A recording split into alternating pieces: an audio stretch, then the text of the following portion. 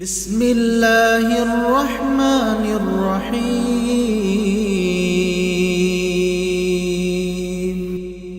السلام علیکم ورحمۃ اللہ وبرکاتہ۔ الحمدللہ رب العالمین والصلاة والسلام علی رسولہ الکریم وعلی آلہ وصحبہ اجمعین وبعد۔ قال اللہ تبارک وتعالی فی القرآن الحکیم اعوذ باللہ من الشیطان الرجیم فلیحذر الذین یخالفون عن امرہ ان تصیبہم فتنہ ویصیبہم عذاب علیم۔ رب اشرح لی صدری ویسر لی امری واحلل عقدۃ من لسانی یفقہوا قولی۔ شیخ صاحب جو ارشاد فرما رہے تھے کہ جیسے حالات اس دنیا میں لوگوں کے بنے ہیں، ان حالات میں ہونا تو یہ چاہیے کہ انسان اللہ تعالیٰ کے زیادہ قریب ہوتا ہے، اپنے تعلق کو اللہ تعالیٰ سے مزید مضبوط کرنے کی کوشش کرتا ہے، لوگوں کو مسائل سے، پریشانیوں سے اور تکلیفوں سے اگر اللہ تعالیٰ دو چار کرتا ہے تو اس کے پیچھے اللہ تعالیٰ کی بہت سی حکمتیں ہیں۔ ان حکمتوں میں سے ایک حکمت یہ ہے وَلَنُذِيقَنَّهُم مِّنَ الْعَذَابِ الْأَدْنَىٰ دُونَ الْعَذَابِ الْأَكْبَرِ لَعَلَّهُمْ يَرْجِعُونَ، کہ یہ چھوٹی چھوٹی تکلیفیں اور عذاب اور مشکلیں اور پریشانیاں اللہ تعالیٰ کی طرف سے اس لیے آتی ہیں کہ اگر آپ بھٹکے ہوئے ہیں، اگر آپ کہیں غلط سمت میں جا رہے ہیں، اور اگر آپ اپنی زندگی میں کہیں کو غلطیاں کر رہے ہیں تو آپ پلٹ آئیں، آپ کا ہی اس میں فائدہ ہوتا ہے، انسان کا ہی اس میں فائدہ ہے۔ اسے اپنی طرف لوٹانے کے لیے، اپنی طرف پلٹنے کے لیے اور غلط راہوں سے روکنے کے لیے، غلط کاموں سے روکنے کے لیے، غلط فیصلوں سے روکنے کے لیے اللہ تعالیٰ کی طرف سے یہ مسائل، یہ پریشانیاں، یہ تکلیفیں اور اس طرح کی تنگیاں آتی ہیں۔ اب عقل مند ہے وہ انسان جو اس بات کو سمجھتا ہے اور سمجھنے کے بعد وہ پلٹتا ہے، لوٹ آتا ہے اور اپنے رب کی بارگاہ میں تو دعائیں کرتا ہے کہ میرے اللہ، میں غلط تھا اور میں غلط راہ پر تھا، میں ظلم کر رہا تھا، یا میں گناہوں کی زندگی بسر کر رہا تھا، میں نافرمانی میں مبتلا تھا، میں سستیوں، غفلتوں اور کوتاہیوں کا شکار تھا، تو اے میرے رب، پیچھے جو مجھ سے ہوا سو ہوا، چھوٹی چھوٹی تکلیفیں، مجھے میرے ان گناہوں کی معافی دے دے، میری غلطیوں کی، میری کوتاہیوں کی، میری سستیوں اور غفلتوں کی مجھے معافی دے دے۔ میں تیری ذات کی طرف پلٹا ہوں، تجھ سے اپنے گناہوں کی معافی مانگتا ہوں اور آئندہ کے لیے دعا کرتا ہوں، اے میرے اللہ میری اصلاح فرما دے، ہدایت کی راہ پر مجھے چلا دے اور اس پر مجھے ثابت قدمی عطا کر دے۔ لیکن یہ ہوگا کب؟ جب انسان فکر کرے گا، غور کرے گا، تدبر کرے گا، اس چیز کو سمجھے گا۔ عزیز بھائیوں، ہم میں سے ہر ایک خطا کار ہے، ہم میں سے ہر بندہ گناہ گار ہے، ہم میں سے ہر ایک کہیں نہ کہیں غلط ہے، غلطیوں میں مبتلا ہیں، کوئی جرم، کوئی ظلم، کوئی گناہ، کوئی زیادتی ہم سے ہوتی رہتی ہے، ہم کرتے ہیں،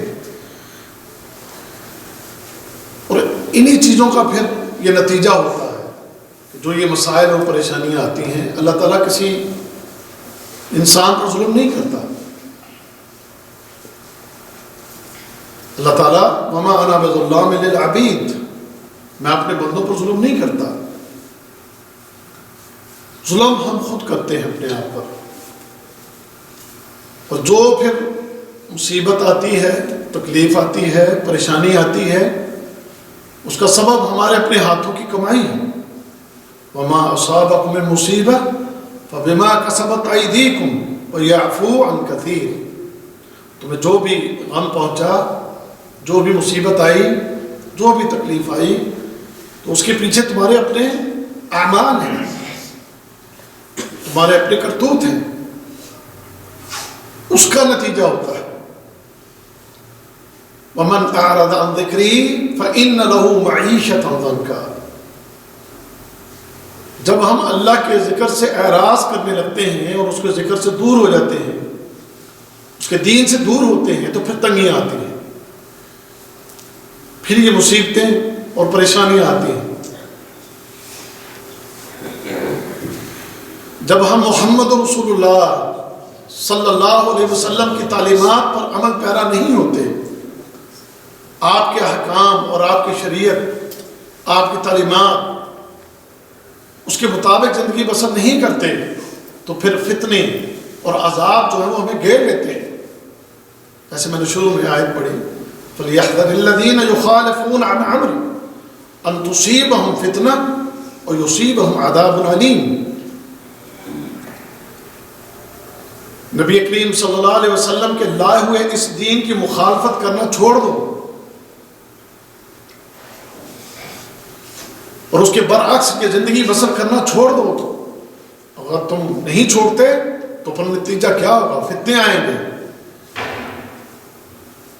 یا پھر دردناک عذاب ہے جو تمہیں گھیر لیں گے۔ یہی اصل وجہ ہے آج اس معاشرے پہ اگر آپ نظر دوڑائیں تو اس وقت پوری دنیا کی کنڈیشن بنی ہوئی ہے، اور اس پوری دنیا میں خاص کر بات ہم اپنے مسلمانوں کی کرتے ہیں کہ ہم مسلمانوں کے اس وقت جو حالات ہیں، جس کیفیت سے ہم دوچار ہیں، جس بندے کو بھی دیکھو تنگ ہے، مصیبتیں ہیں، پریشانیاں ہیں، آزمائشیں ہیں، ہر بندہ الا ماشاء اللہ، اللہ کہ جسے اللہ تعالیٰ نے اپنی رحمت سے بچایا ہے، ورنہ اکثریت اس وقت بے شمار مسائل اور بے شمار پریشانیوں میں مبتلا ہے۔ اور پھر اوپر سے فتنے، کوئی ایک فتنہ ہے، بے شمار فتنے پہ، ایک نہیں بے شمار فتنے۔ ذرا نظر دوڑائیں کہ جیسے شیخ صاحب نے بھی بات کی کہ ہونا تو یہ چاہیے تھا، ہم پلٹتے سدھرتے، لیکن معاشرے کی حالت یہ ہے کہ بگاڑ نہ صرف اپنی جگہ پہ قائم ہے بلکہ بگاڑ مزید اس میں اضافہ ہوا ہے۔ مسجدیں بھر جاتی، دینی ادارے بھر جاتے، بگڑے ہوئے لوگ سیدھی لائن پہ آ جاتے، رب کے ساتھ تعلق مضبوط ہو جاتے، لیکن نہیں، صورتحال اس کے برعکس ہے۔ بے حیائی، فحاشی، بے دینی، دین سے دوریاں آج ہمارے معاشرے کے اندر کتنی بدکاری اور فحاشی اور یہ گندگی اور غلاظت آج کتنی ہمارے معاشرے میں دیکھنے کو مل رہی ہے۔ آج معاشرہ اتنا گندا ہو چکا ہے، اتنا گندا ہو چکا ہے کہ اس گندے معاشرے کے ہاتھوں آپ کی 4-4 سال کی بچیاں محفوظ نہیں ہیں۔ ہمارے معاشرے میں اتنا گندا آ چکا، اتنا گندا آ چکا، مجھے نہیں پتا، میرا علم تھوڑا ہے، آپ کا علم زیادہ ہوگا، آپ میڈیا سے ٹچ رہتے ہیں، مجھے بتائیں کہیں ان کافروں کے ملکوں میں وہاں سے کوئی اتنی زیادہ خبریں کہیں آتی ہوں کہ 3-3 4-4 سال کی بچیوں کے ساتھ، 3-3 4-4 سال کے بچوں کے ساتھ زیادتیاں ہوتی ہوں،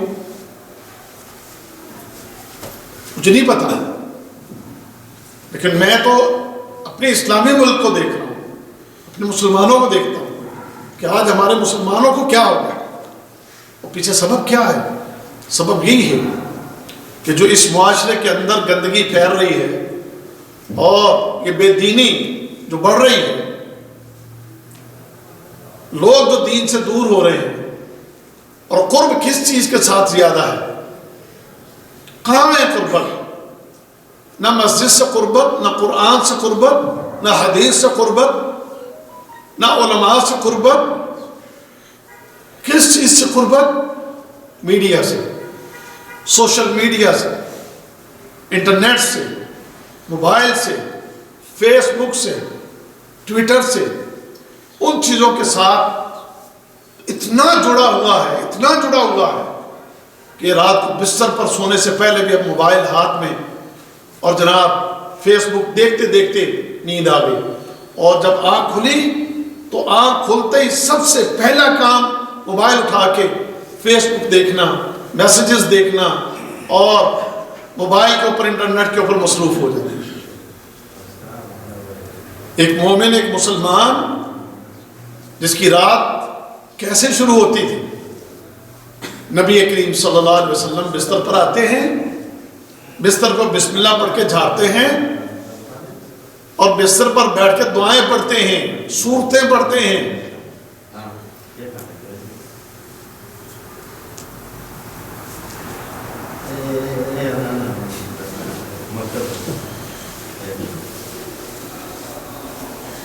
چلے سننے دے، مصروف ہے بیچارہ، کوئی بات نہیں، تو کال آ گئی ہوگی ضروری، سننے دے، کوئی بات نہیں. کیا خیال ہے؟ اگر آپ نبی کریم صلی اللہ علیہ وسلم کی زندگی کو اٹھا کر دیکھیں کہ جب آپ رات کو سونے کے لیے بستر پر آ رہے ہیں تو سونے سے پہلے کتنی دیر تک آپ قرآن پڑھ رہے ہیں، مختلف دعائیں پڑھ رہے ہیں، اور پھر دائیں کروٹ لیٹتے ہیں، دعائیں پڑھتے ہوئے آپ سو جاتے ہیں، اور پھر اٹھتے ہیں تو اٹھتے ہی دعائیں پڑھتے ہوئے آپ اٹھ رہے ہیں. اور آج ہم سونے سے پہلے گھنٹوں، ابھی آپ نکلے نا، یہ سنائیہ میں ہی آپ نکل جائیں، چلیں مل کے چلتے ہیں، اور سنائیہ میں جا کر ذرا دیکھیں کمروں میں بیٹھے ہمارے یہ پردیس میں آئے ہوئے ہمارے یہ بھائی اس وقت کیا کر رہے ہیں. تو لوگ کچھ تو کھانا پکانا اس میں مصروف ہوں گے، لیکن باقی کیا ہو رہا ہو؟ کتنی تعداد ہے سنائیہ میں، کتنے لوگ ہیں یہاں سنائیہ میں، ان میں سے کتنے ہیں یہاں آئے بیٹھے، اور کتنے ہیں اس وقت جو ٹی وی کے ساتھ، انٹرنیٹ کے ساتھ، ڈراموں کے ساتھ، فلموں کے ساتھ، گانوں کے ساتھ، سوشل میڈیا، فیس بک، ان چیزوں کے ساتھ جڑے ہوئے. آپ دیکھیں ان کو بیٹھے ہیں، مصروف ہیں، وہاں پر ٹائم نہیں ہے. یہ اسی کا نتیجہ ہے آج جو حالات ہیں، جو اس وقت یہ کنڈیشن ہے، جو اس وقت یہ حالات ہیں، معاملات ہیں، وہ اسی لیے.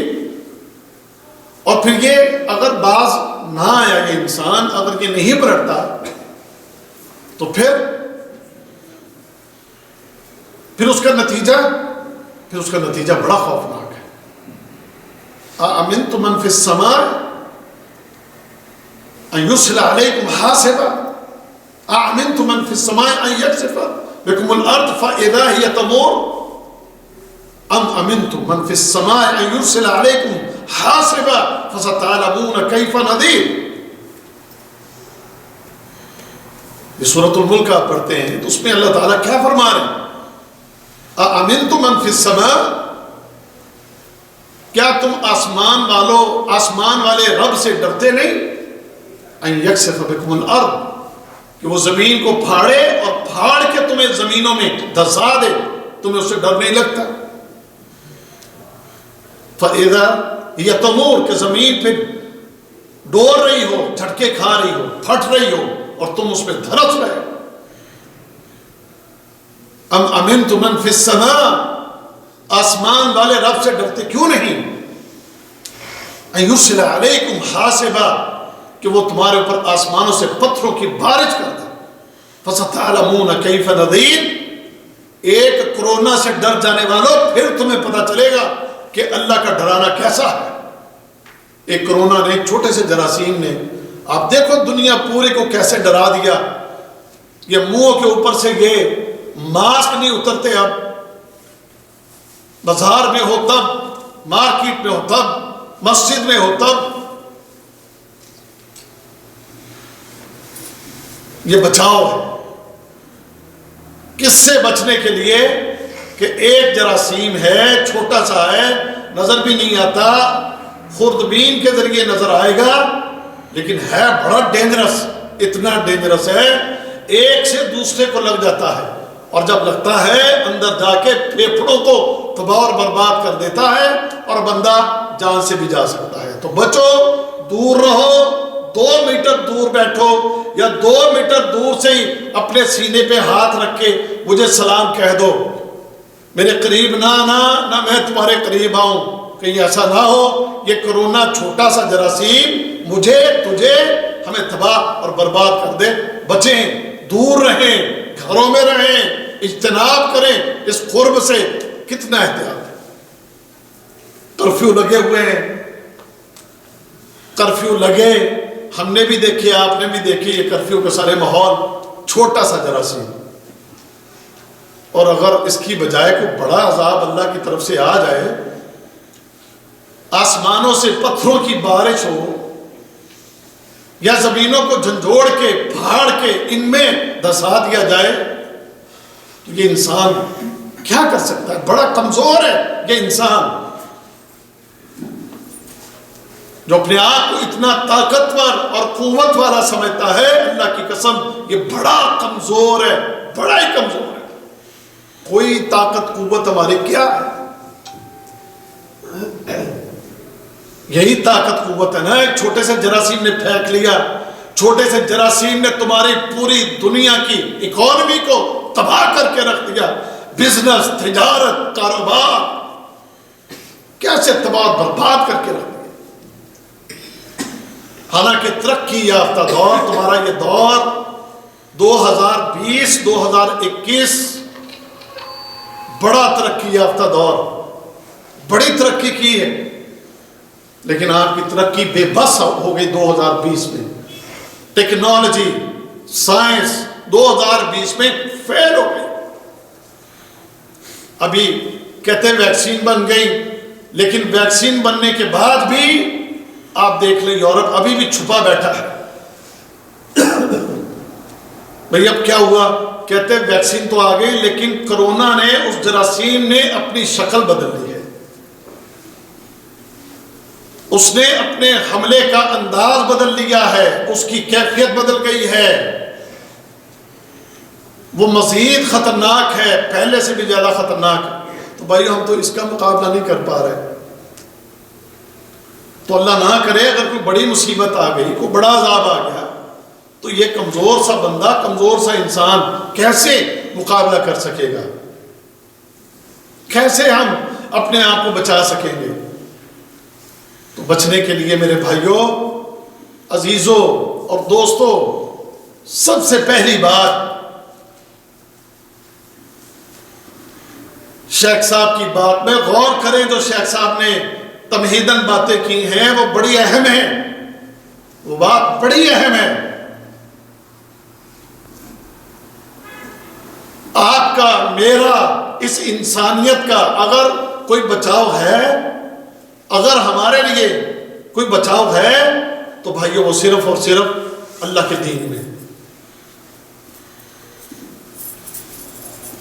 اس کائنات میں اگر آپ کا، میرا، ہم سب کا سب سے بڑا کوئی ہمدرد ہے، اور کوئی سب سے بڑھ کر اگر کوئی ہمارا خیر خواہ ہے، تو وہ صرف ہمارا اللہ ہے، وہ ہمارا رب ہے. اگر وہ یہ تکلیفیں لایا ہے، یہ پریشانیاں لایا ہے، یہ مسائل لایا ہے، تو مقصد کیا ہے؟ کہ تم اس کی طرف پلٹو،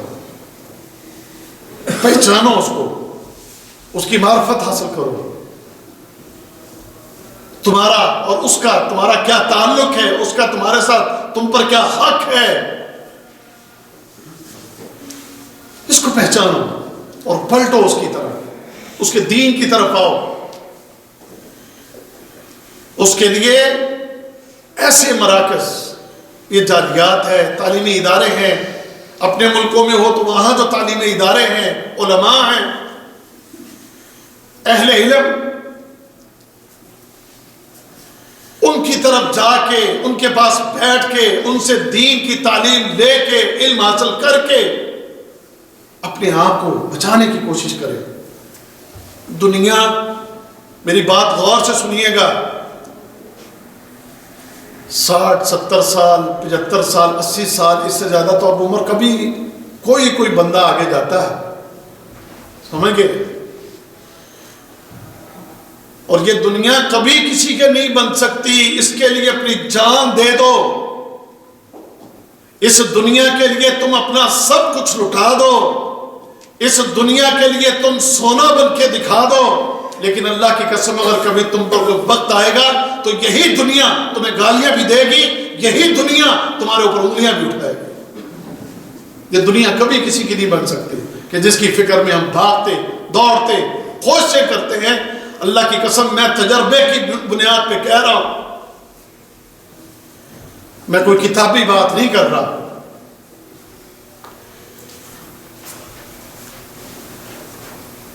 اس دنیا کے انسان کے لیے، ان دنیا کے لوگوں کے لیے تم تن من دھن مال روپیہ دولت سب کچھ لگا دو، لیکن اگر کبھی کوئی آزمائش تم پر آ گئی تو یہی تم پر لعنتیں برسائے. بس ایک سبق وہ پڑھ لو، اس کو یاد کر لو اور اپنے سینوں میں اتار لو، اپنے دماغ میں اتار لو کہ اگر اس کائنات میں تمہارا کوئی سب سے بڑا ہمدرد اور تمہارے ساتھ سب سے زیادہ کوئی پیار کرنے والا اگر کوئی ہے تو صرف اللہ ہے. اس لیے اپنی دوستی اور اپنا تعلق اس خالق اور اس مالک سے خوب مضبوط کر لو بس. اور خاص کر اس دور میں، جس دور سے ہم گزر رہے ہیں، کوئی دوست نہیں الا کہ جس کے اندر کوئی انسانیت اللہ نے رکھی ہو، ورنہ کوئی نہیں. اس دنیا کے لیے ہم بس مر رہے ہیں، کھپ رہے ہیں، جاریاں ہیں، دوستیاں ہیں، بیلی ہیں. کبھی کوئی مجھ سے پوچھا کرتا تھا کتنے تمہارے دوست ہیں، تو میں کہا کرتا تھا سینکڑوں میرے دوست ہیں. آج اگر کوئی مجھ سے پوچھے نا تمہارے کتنے دوست ہیں تو میں کہتا ہوں یار 2-4 ہی دوست ہیں. اپنے تجربے کی بنیاد پر آپ کو کہہ رہا ہوں. اس لیے اس اللہ کی طرف پلٹو. دنیا تمہیں چھوڑ دے گی، دنیا تمہارے ساتھ اپنے تعلق توڑ لے گی. دنیا جناب کسی بات میں، دوسروں کی بات میں آ کر نہ جانے تمہارے ساتھ کیا سلوک کرے گی، لیکن تمہارا رب تمہیں کبھی ضائع نہیں کرے گا. تمہارا اللہ، تمہارا خالق، تمہارا مالک وہ یہی چاہتا ہے کہ تم اس کی طرف پلٹو. تو اس لیے پہلی چیز، یہ جو علماء ہیں یا ایسے جو دینی اور تعلیمی ادارے ہیں، ان کو ویران نہ کرو، ان کو آباد کرو، ان کے ساتھ جڑ جاؤ. کبار علماء، بڑے علماء، دین کی یہ تعلیم رکھنے والے، یہ بڑے پیارے لوگ ہیں. ان لوگوں کے ساتھ اپنی دوستیاں اور تعلق، یہ تمہیں بتاتے ہیں کہ کیسے بچنا ہے، اس دنیا میں سے کیسے بچ کے نکلنا ہے، اور تم نے اپنی آخرت کیسے سنوارنی ہے، یہ بتاتے ہیں. انما یخشی اللہ من عبادہ العلماء. تمہیں تمہارے رب کے قریب کریں گے، تمہیں تمہارے رب کی طرف بلائیں گے، تمہیں رب کی طرف دعوت دیں گے. تمہارا اور تمہارے رب کا تعلق مضبوط کرنے کے لیے اپنا کردار ادا کریں گے. اس لیے اپنے آپ کو بھائیو گے، دنیا کی مستیوں، دنیا کے معاملات اور دنیا کے یہ کاروبار، یہ دنیا کی تجارتیں کہ جس کے پیچھے لگ کے ہم اتنی سستیوں اور غفلتوں میں پڑ جاتے ہیں. بھائیو ان غفلتوں اور سستیوں سے نکل کر کیا ہے، 24 گھنٹوں میں سے چند منٹ یا چند لمحات تم سے یہ مانگتے ہیں، یا کئی ہفتے میں ایک دن تمہارے لیے یہ مخصوص کر کے تمہیں بلاتے ہیں. اس کو اپنی غفلت کی نظر مت کرو.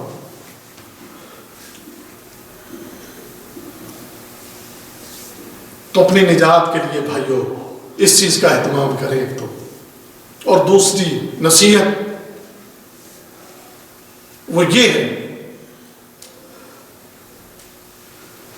بھائیو، نماز نہ چھوڑو، نماز نہ چھوڑو،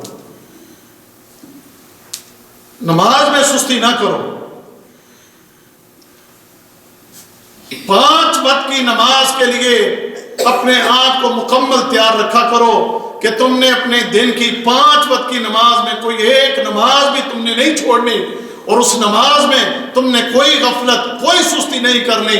اذان ہو جائے تو اذان ہونے کے بعد کوئی کام کاج، کوئی میری مصروفیت نہیں۔ اگر کوئی سب سے اہم کام اس روئے زمین پر اگر کوئی ہے تو وہ اذان ہو گئی تو نماز ہے۔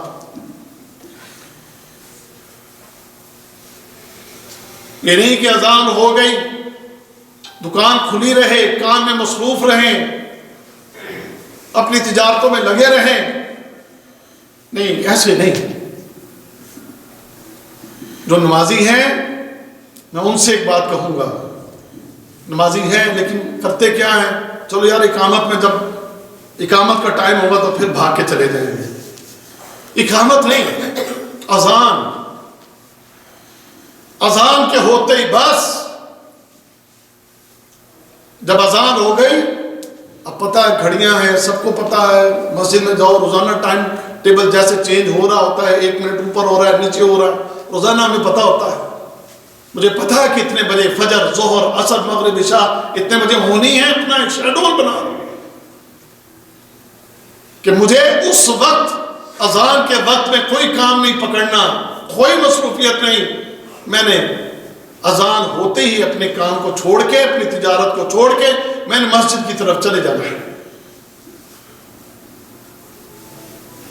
کیونکہ یہ نماز ہی ایک ایسی عبادت ہے بھائیو جو بندے کی اور اس کے رب کی ملاقات کا ایک ذریعہ ہے۔ یہ مسجد میں آتا ہے، اس کے سامنے کھڑا ہوتا ہے، اس کی حمد و ثنا بیان کرتا ہے، اس کے سامنے جھکتا ہے، اپنی پیشانی کو زمین پہ رکھتا ہے، دعائیں کرتا ہے۔ یہ وہ عبادت ہے کہ جو عبادت تمہارے لیے نور ہوگی کل قیامت کے دن، اور یہ نور ہے اس دنیا کے اندر میں۔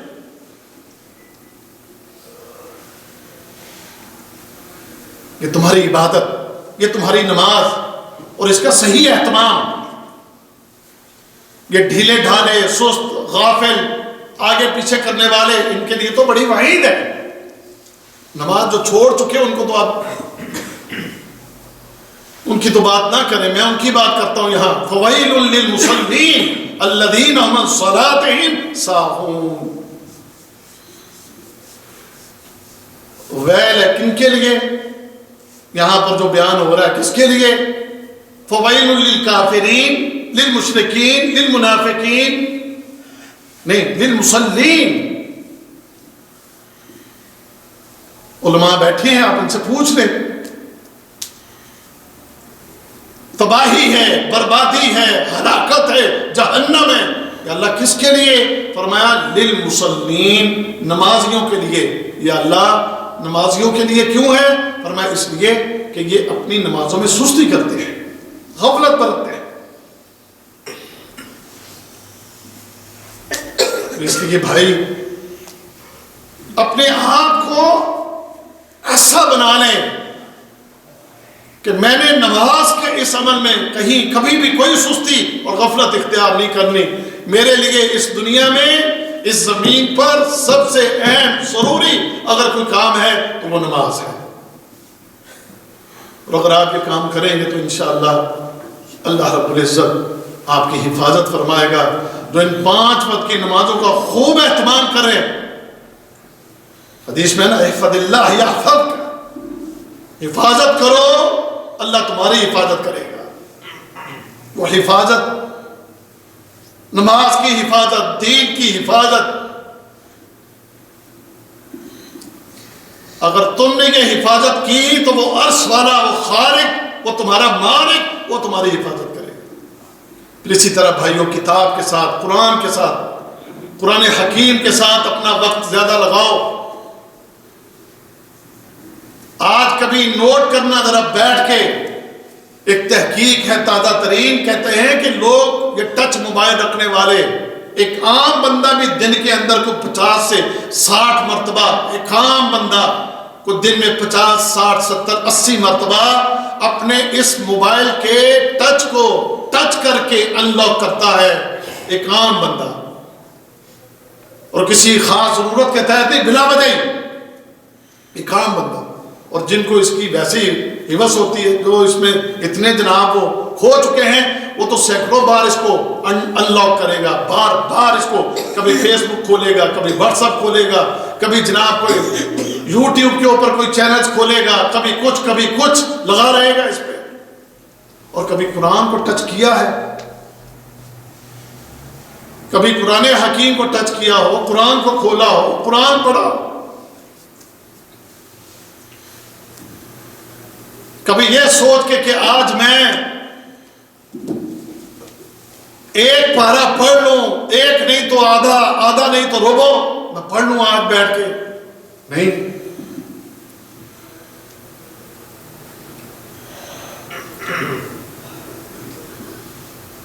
پتہ ہی نہیں ہے کہ اس کتاب کا ہم پر کوئی حق ہے، اسے پڑھنا ہے، کھولنا ہے، تلاوت کرنا ہے، نہیں میرے بھائیوں، اپنے آپ کو اس کتاب کے ساتھ بھی جوڑو۔ انہی کے بارے میں نا والذین یمسکون بالکتاب واقاموا الصلاۃ انا لا نضيع اجر المصلحین۔ اللہ تعالیٰ کیا فرماتے ہیں؟ تم نے اس کتاب کو پکڑ لیا، تھام لیا، تعلق اس کے ساتھ مضبوط کر لیا، نمازی بن گئے، تو اللہ تعالیٰ تمہیں ضائع نہیں کرے گا، تمہارے اجر کو اللہ ضائع نہیں کرے گا۔ بھائیو، ٹائم تھوڑا ہے، باتیں تربیت کے لیے بہت زیادہ ہیں۔ آخر میں ایک حدیث محمد رسول اللہ صلی اللہ علیہ وسلم کی سنا کے اپنی بات کو سمیٹتا اور ختم کرتا ہوں۔ ہم نجات چاہتے ہیں، ہم بچنا چاہتے ہیں۔ میری عمر 50 سال ہو گئی ہے، 50 سال مجھے نہیں پتا چلا کیسے گزر گئے، اب زیادہ اور کتنا جی لوں گا، پتا تو ایک گھڑی کا نہیں۔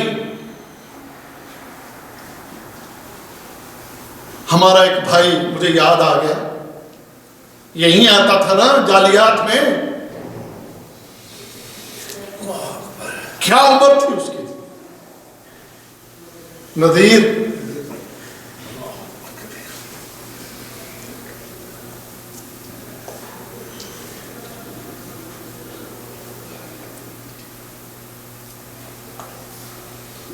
زندگی کا پتہ،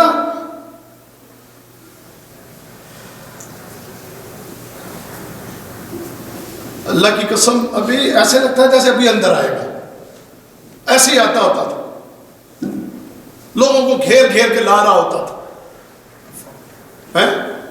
دعوت دے دے کے لا رہا ہوتا تھا تو دوسروں کو، آج ہم میں نہیں ہے، چلا گیا، تو کو پتہ ہے کب ہم نے بھی چلے جانا ہے، تو خبر ہے، کچھ پتہ نہیں ہے کب ہمارا وہ ٹائم آ جائے گا۔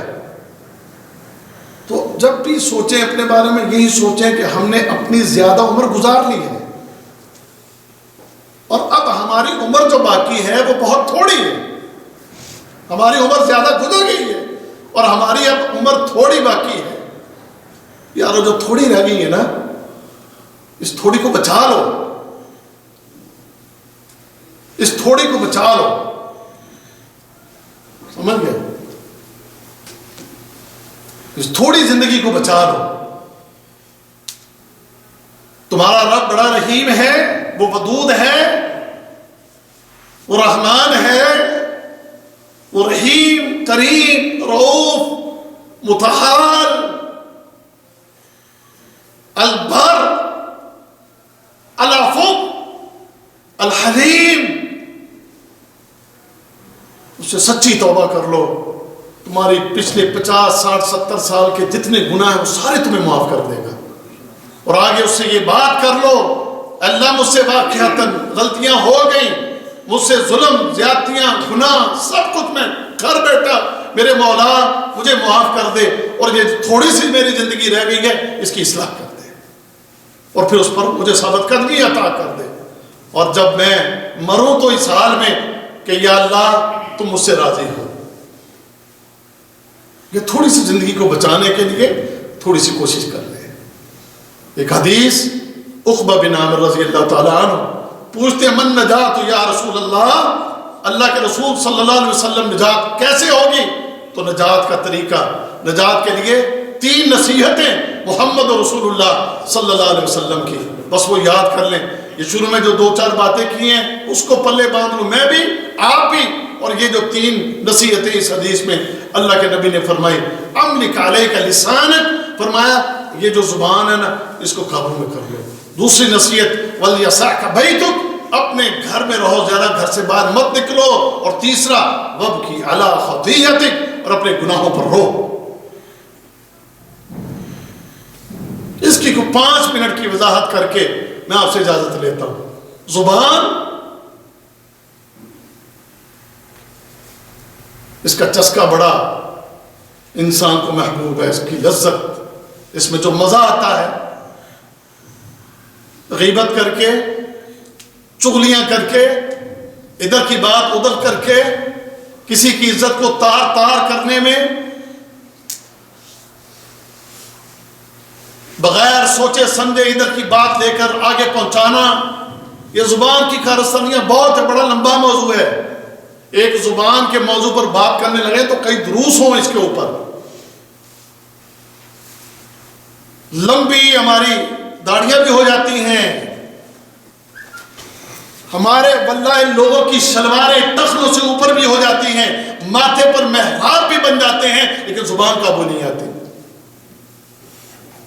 نمازی بھی بن جاتے ہیں، بلکہ کئی تو عالم دین بھی بن جاتے ہیں، لیکن زبان قابو نہیں آتی. کسی کی کوئی ایک بات کہیں، سچ ہے جھوٹ ہے، تحقیق کی ہے نہیں کی ہے، پکڑو، اچھال دو اور پہنچا دو دور دور تک، اور جناب اس کی کہانیاں بنا کے مشہور کر دو. یہ آج کا ہمارا لوگوں کا حال. پوچھے شیخ صاحب سے، شیخ سے، مشاہد سے، کوئی چھوٹا گناہ ہے غیبت؟ قرآن کہتا ہے وَلَا يَغْتَبْ بَعْضُكُمْ بَعْضًا وَلَا يَغْتَبْ بَعْضُكُمْ بَعْضًا أَيُحِبُّ أَحَدُكُمْ أَن يَأْكُلَ لَحْمَ أَخِيهِ مَيْتًا فَكَرِهْتُمُوهُ وَاتَّقُوا اللَّهَ. مردہ بھائی کا گوشت کھانا پسند کریں گے؟ مردہ بھائی کا گوشت کھانا پسند کریں گے؟ جس سے بھی پوچھو گے نہیں نہیں نہیں فَكَرِهْتُمُوهُ، ناپسندیدگی کا اظہار، لیکن کھاتے ہیں،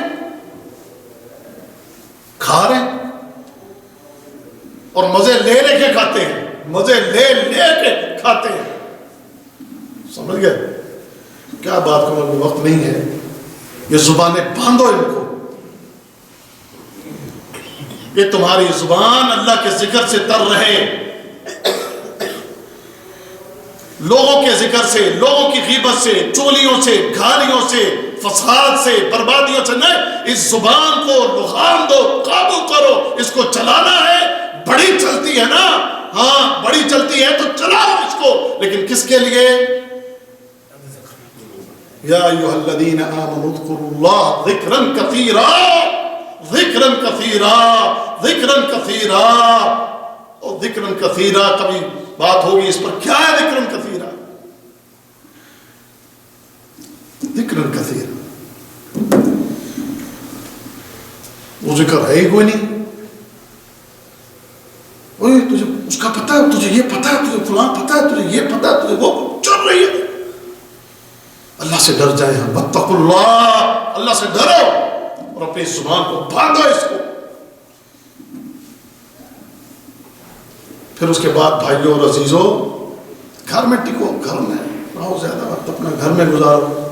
ٹھیک ہے ڈیوٹی ہے، جاب ہے، تجارت ہے، کرو، کر کے اپنے گھر میں آ جاؤ.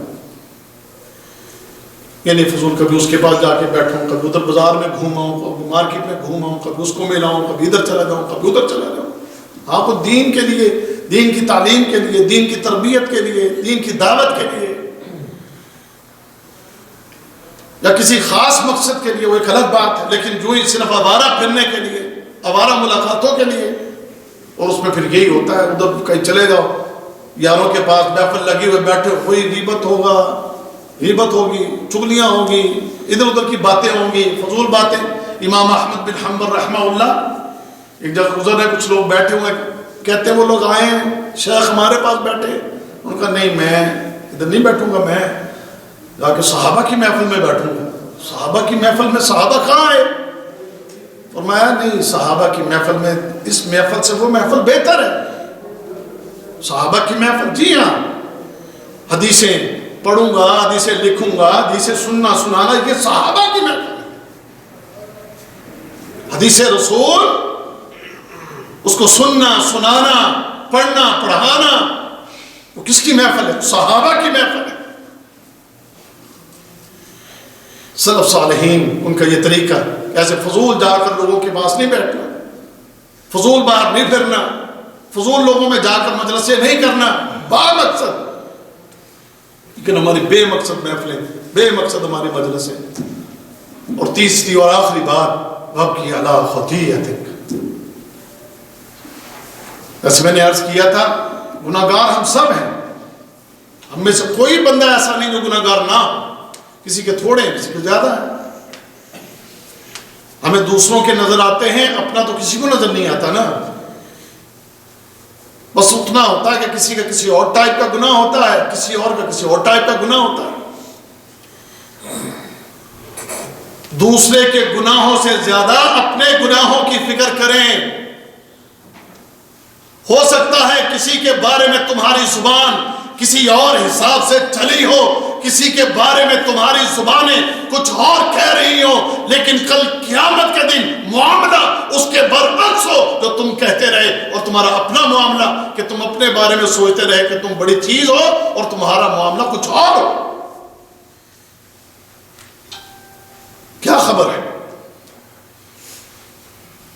اپنے اس تھوڑے سے وقت کو جہاں تم نے عبادات میں لگانا ہے، وہیں پر اپنے اس تھوڑے سے وقت میں بھائیوں کو دن کے اندر کثرت کے ساتھ پیارے حبیب محمد رسول اللہ صلی اللہ علیہ وسلم، جن کے تمام گناہ وہ آپ سے پاک ہیں، گناہوں سے پاک، کوئی گناہ نہیں آپ کے ذمے، لیکن وہ بھی پھر دن میں کتنی بار استغفار کرتے ہیں؟ 70 بھی اور 100 بھی. 70 مرتبہ وہ ہستی دن میں استغفار کر رہی ہے، کبھی 100 بار استغفار کر رہے ہیں.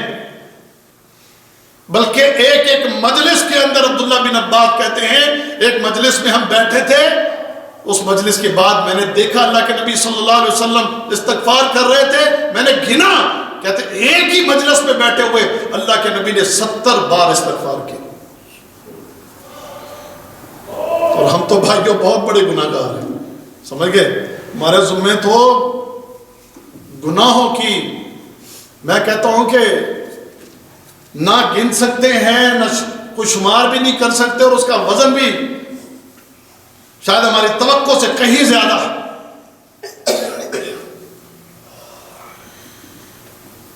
اپنے ان گناہوں پر روئیں ہم، راتوں کو اٹھ کے نمازوں کے بعد، صبح و شام، رات کو کبھی اکیلے ہو کے تنہا رات کو اپنا مصلح بچھا کے، جب کوئی نہ دیکھ رہا ہو، اپنے خالق اور اپنے مالک کے سامنے آ کے اپنے آنسو کو بہاؤ اور روز کے سامنے. صحابہ سے ایک غلطی ہو جاتی، وہ آپ نے واقعہ صحابہ کے سنے ہوں گے نا، صحابی سے ایک غلطی ہوتی ہے، آ کے مسجد نبوی کے ستون کے ساتھ اپنے آپ کو باندھ دیتا ہے، اور 3 دن تک وہاں پر اپنے آپ کو باندھے رکھتا ہے، استغفار کرتا ہے، روتا ہے اپنے اس ایک گناہ پہ. 40 دن تک صحابہ کا واقعہ آپ کو پتا ہوگا، سنے ہوں گے واقعات آپ نے. 40 دن 50 دن رو کے اپنے رب کی بارگاہ میں اپنے ایک گناہ پر رو کے معافی مانگ رہے ہیں. اور بھائیوں پھر ہم بہت بڑے گناہگار ہیں، اپنے گناہوں پر روئیں اور اپنے اللہ سے معافی مانگیں. اس کے سامنے اپنے ہاتھوں کو پھیلا کے، اپنی آنکھوں سے آنسو نکال کے، تاکہ ہمارا رب کہ جو تھوڑی سی زندگی رہ گئی ہے، یہ جو تھوڑے سے ایام رہ گئے ہیں، پچھلی ساری زندگی کے گناہ معاف کر دے اور یہ تھوڑے سے جو ایام ہیں یہ عافیت کے ساتھ گزر جائیں. پچھلے گناہوں پر معافی اور اس فتنے کے اس دور میں یا اللہ یا ہمارے رب ہمیں بچا لے، ہمیں بچا لے.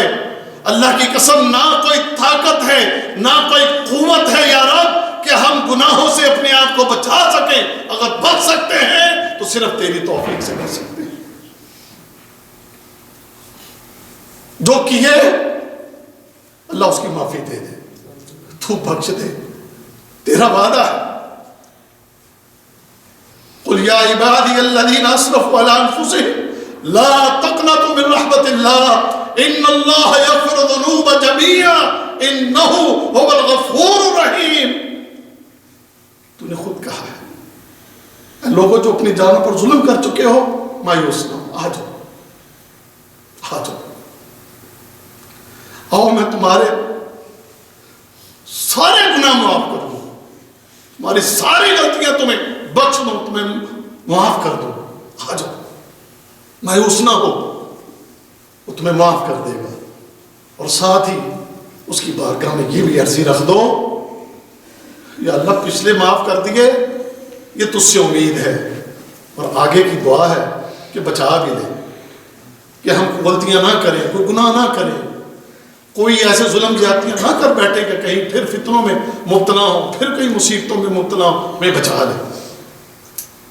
تو اللہ تعالیٰ سے امید ہے، بندے کو امید ہونی چاہیے نا، کیونکہ اللہ تعالیٰ اپنے بندے کے ساتھ معاملہ اس کے گمان کے مطابق کرتا ہے. یہ گمان کر لو کہ میرا رب مجھے ضائع نہیں کرے گا. یہ دعائیں کرتے ہوئے اپنی زندگی کو بسر کرو.